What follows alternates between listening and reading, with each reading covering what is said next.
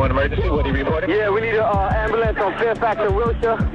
Please, Los Angeles. We have a man shot. We're in the car right now. We're rolling to the hospital. What you're about to hear has never been told like this before. The final moments, the last words, and the chilling footage that investigators kept hidden for nearly 3 decades. And this will change everything we thought we knew about Tupac and Biggie's murders.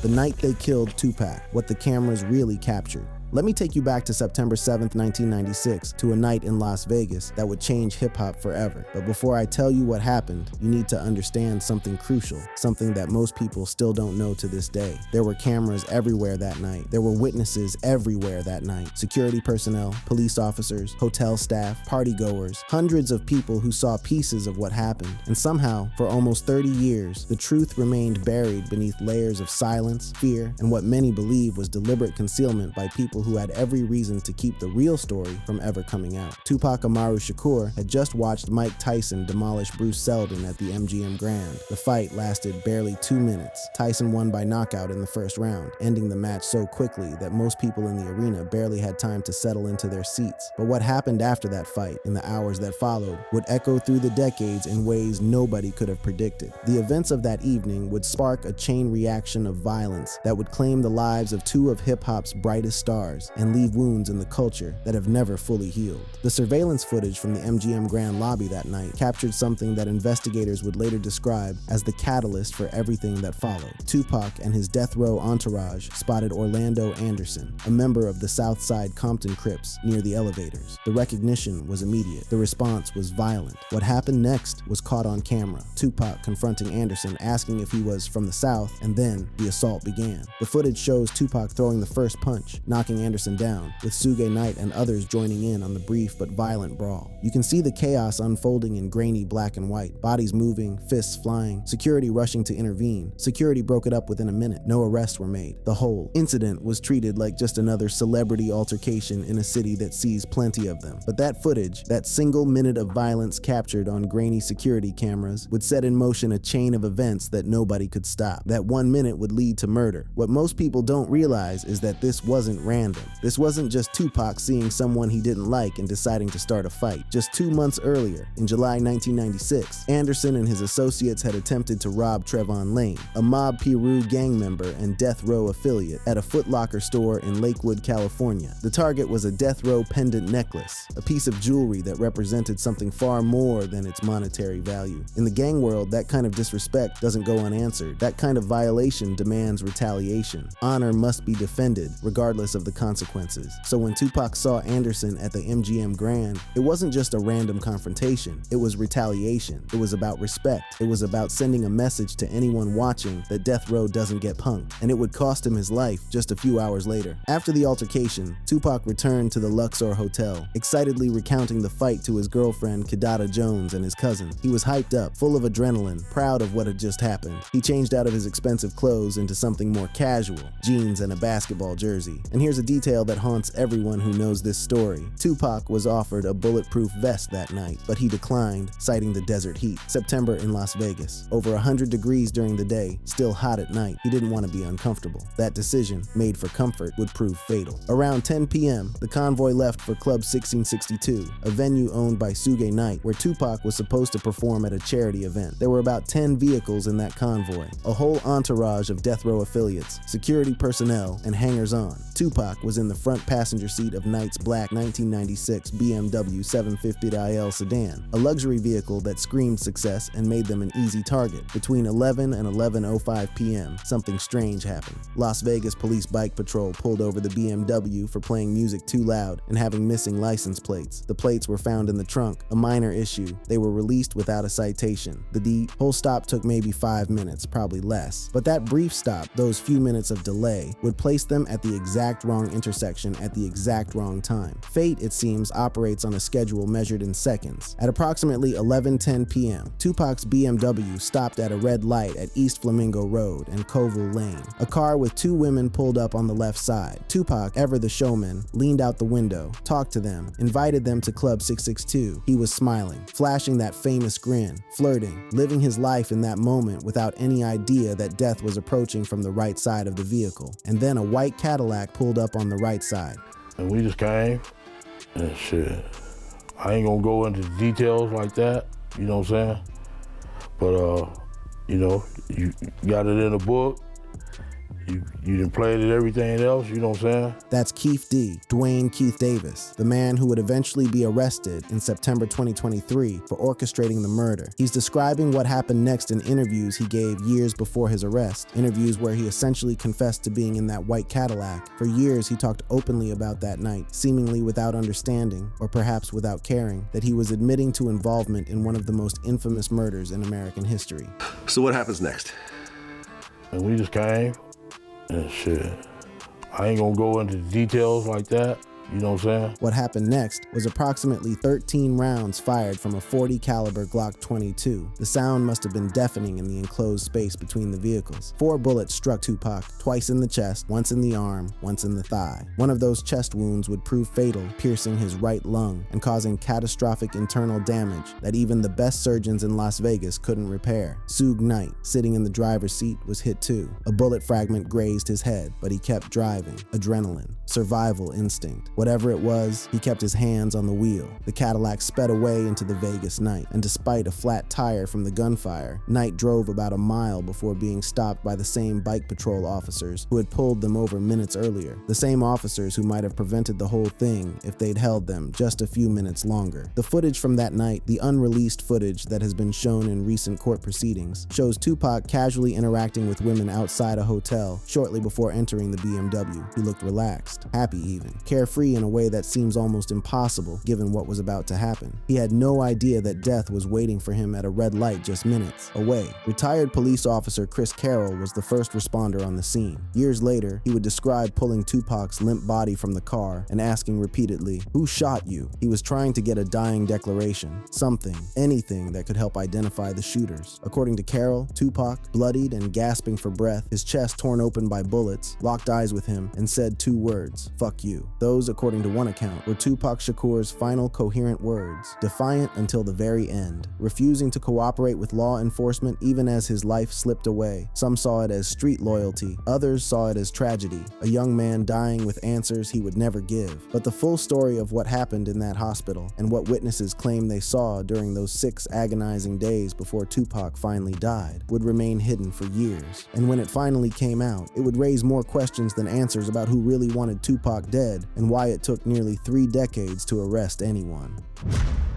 The calculated murder of Biggie inside the setup 6 months later. March 9th, 1997, Los Angeles. Christopher Wallace, the notorious B.I.G., Biggie Smalls, was in town promoting his second album, Life After Death. Think about that title for a moment. Let it sink in. The irony of those words would become devastatingly clear before the night was over. It was almost as if he knew, as if somewhere deep down, he understood that death was circling closer with every passing day. But here's what you need to understand about the night Biggie died. According to multiple people who were there, according to witnesses who have spent years trying to tell their stories, it wasn't just a drive-by shooting. It wasn't random gang violence. It was a calculated, coordinated hit, and the warning signs were everywhere, if anyone had been willing to see them. I had got a phone call from a guy called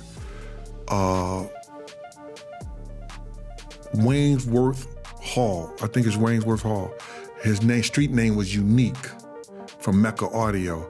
He was a drug kingpin. He said, "Yo, Gene."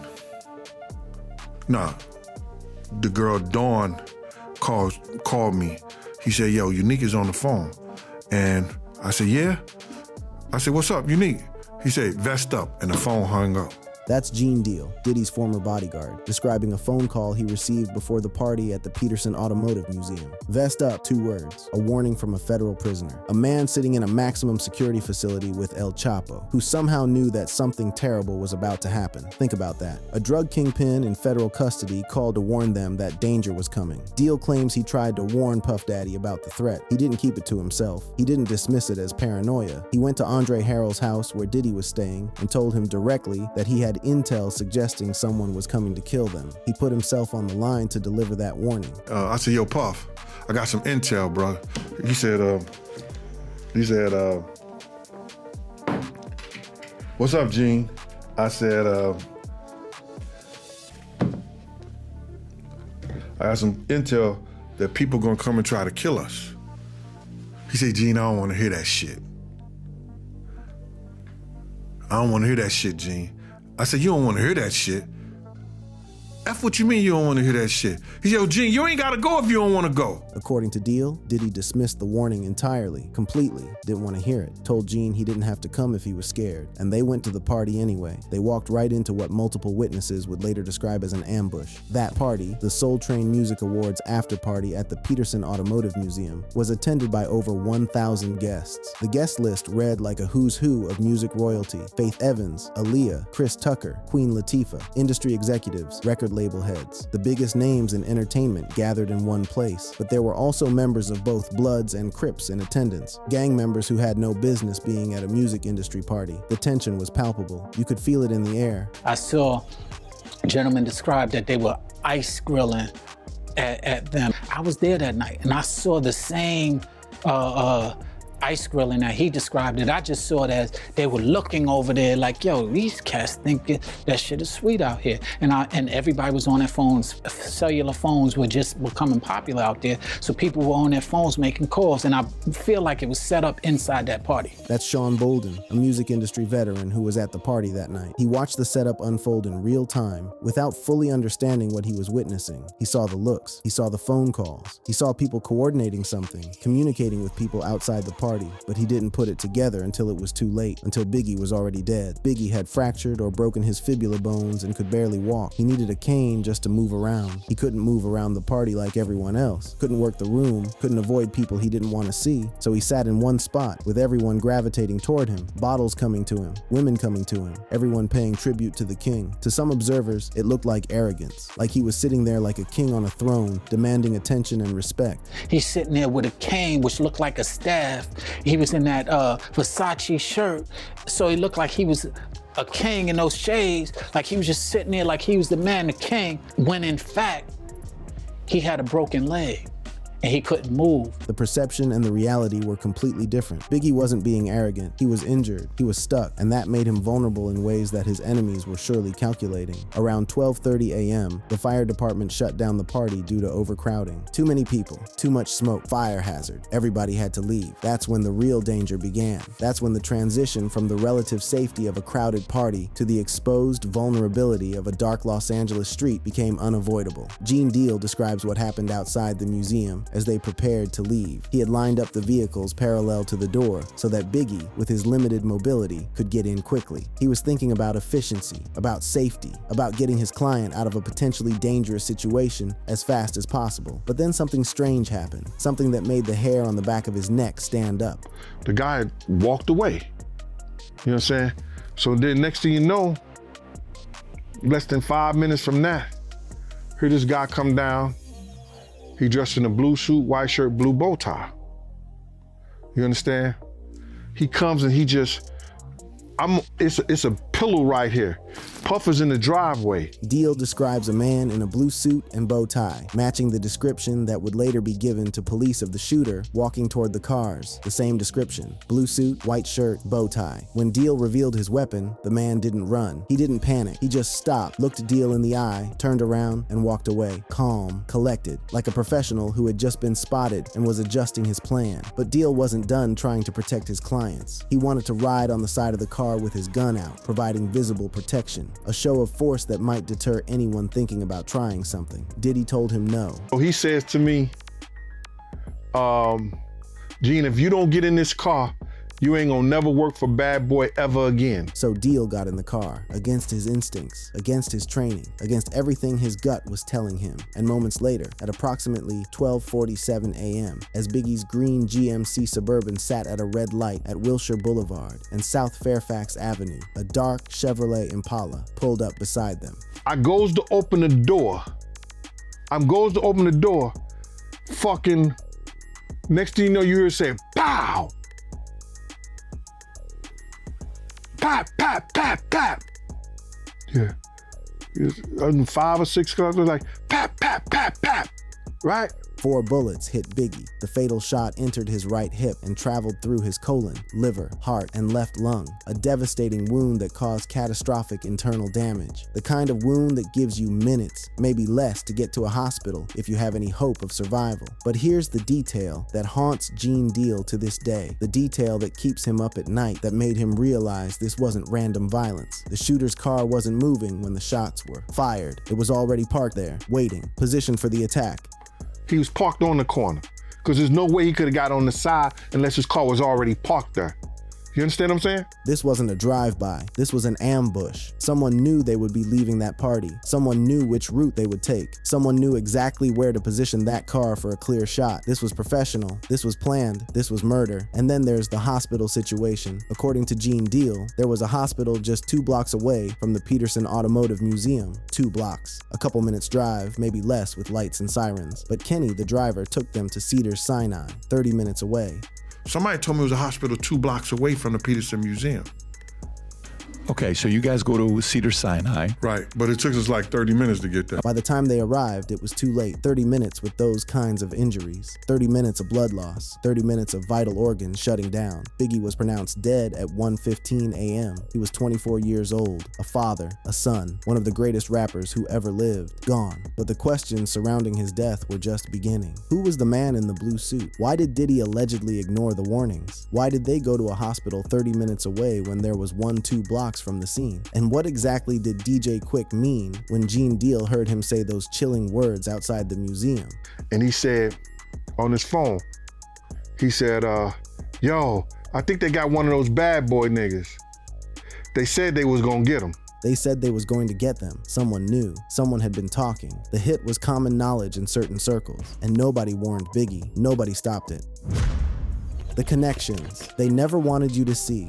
For almost 3 decades, these 2 murders have been treated as separate cases, completely separate investigations handled by different jurisdictions. Tupac's killing was investigated by Las Vegas police, Biggie's by the LAPD. Different cities, different detectives, different bureaucracies, and for years, both cases remained unsolved, with investigators seemingly unable or unwilling to connect the dots that were right in front of them. But what if I told you that the evidence connecting these murders has been there all along? That witnesses have been talking for years, but nobody wanted to listen? That the footage, the testimony, the confessions, all of it points to a web of gang rivalries, music industry money, and possibly even police corruption that reaches higher than anyone wants to admit? What if the reason these cases stayed unsolved for so long is because solving them would expose too many powerful people? Let's start with what Keith D has been saying for years. In that multiple interviews he gave freely, seemingly without understanding that he was confessing to a murder on camera. He laid out exactly what happened in that white Cadillac. So someone from your car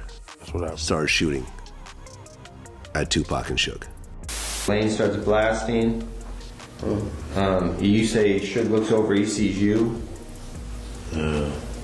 He looks right at you. Keith D admitted to being in the front passenger seat of that Cadillac. He admitted that his nephew, Orlando Anderson, was in the back seat. He admitted that shots came from the back of that car. And he admitted that Suge Knight looked directly at him as it happened, that their eyes met in that moment of violence. For years, he told this story to anyone who would listen. But here's where the story gets even darker. Keith D has also claimed in his 2019 memoir, Compton Street Legend, and in multiple interviews over the years, that Sean Diddy Combs offered him $1 million to kill Tupac and Suge Knight. According to Keith D, this offer was made during the height of the East Coast-West Coast rivalry, facilitated through an associate named Eric Zip Martin. $1 million. That's what he claims Tupac's life was worth to certain people. Diddy has vehemently denied any involvement, calling the allegations pure fiction and completely ridiculous. His attorneys have fought these claims for years. Las Vegas police have confirmed he was never a suspect in Tupac's murder, but the allegations persist. They won't go away. But Gene Deal, the man who was there, who protected Diddy for years, who saw things from the inside, has questions of his own. Questions about money, questions about that $1 million figure that keeps coming up. Deal isn't saying Diddy paid for a murder. He's careful about that. But he is saying that he saw $1 million check in Eric Von Zip's possession shortly after Tupac's death. And he's been asking investigators for years to follow the money, to trace that check, to find out where it came from and what it was really for. Not one person came out and said, Eric Von Zip ain't never have no check in his account for $1 million from Black Ground Records. They could check Black Ground Records account. That's easier than checking Eric Von, because they was in the music business. If he wrote a check for $1 million, then somebody had to, what?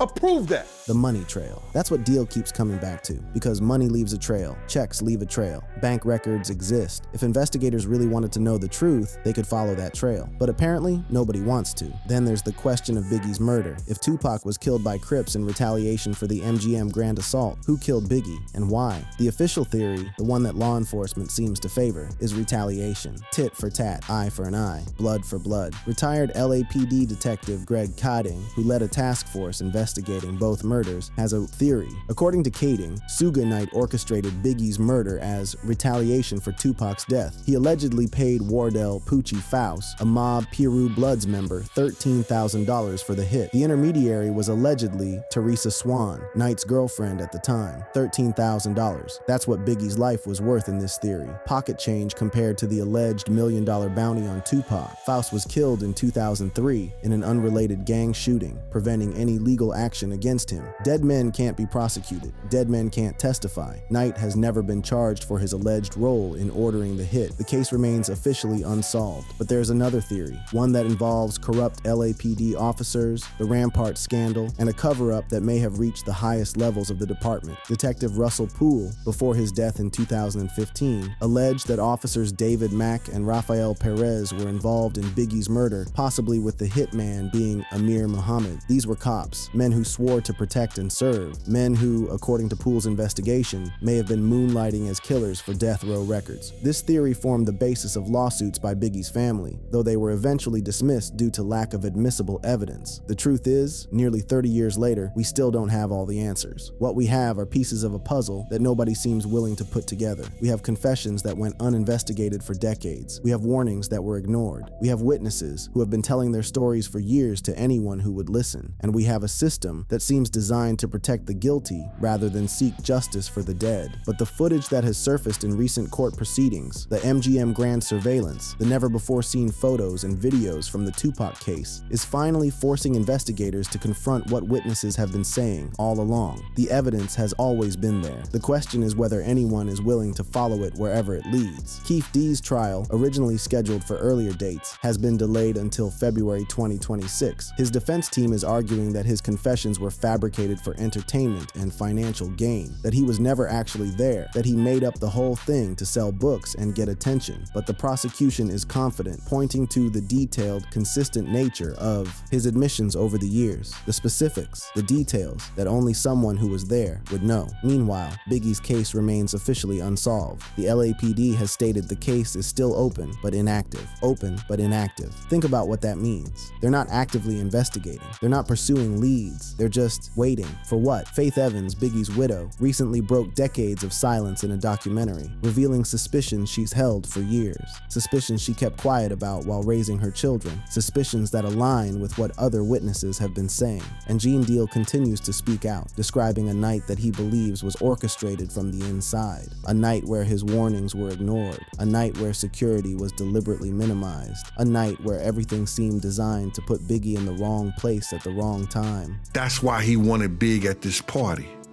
You understand? Because you gotta realize Big was supposed to be in London. Biggie was supposed to be in London. He wasn't supposed to be in Los Angeles at all, but someone changed those plans. Someone made sure he was at that party. Someone wanted him in that city on that night. Two of hip-hop's greatest artists. Two drive-by shootings 6 months apart. Two cases that, nearly 30 years later, still haunt everyone who lived through that era. Two families that never got justice. Two legacies that ended in blood. The footage that has surfaced tells a story of premeditation, of warnings ignored, of opportunities to save lives that were deliberately passed over, and of a conspiracy of silence that protected the guilty for decades while their victims' families mourned. Biggie himself, in his final interview before his death, seemed to understand the power that he and Tupac held and the danger that came with it.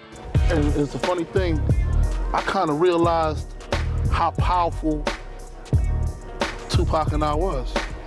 You know what I'm saying? Because we two individual people, we waged a coastal beef. You know what I'm saying? One man against one man made a whole West Coast hate a whole East Coast and vice versa. You know what I'm saying? He wanted to end the beef. He wanted to use his power for peace. He understood that the hatred between coasts was destroying everything good about hip-hop, and he wanted to fix it. And with his untimely demise or whatever, I gotta be the one to flip it and take my power and flip it like, yo, they gotta be dead, you know what I'm saying? Because he can't do that. You know what I'm saying? He can't be the one to be like, yo, I want to squash it because he's gone. So I got to take the weight on both sides. He never got the chance. 3 weeks later, Christopher Wallace was gone. Click on one of the cards on your screen to see more videos like this.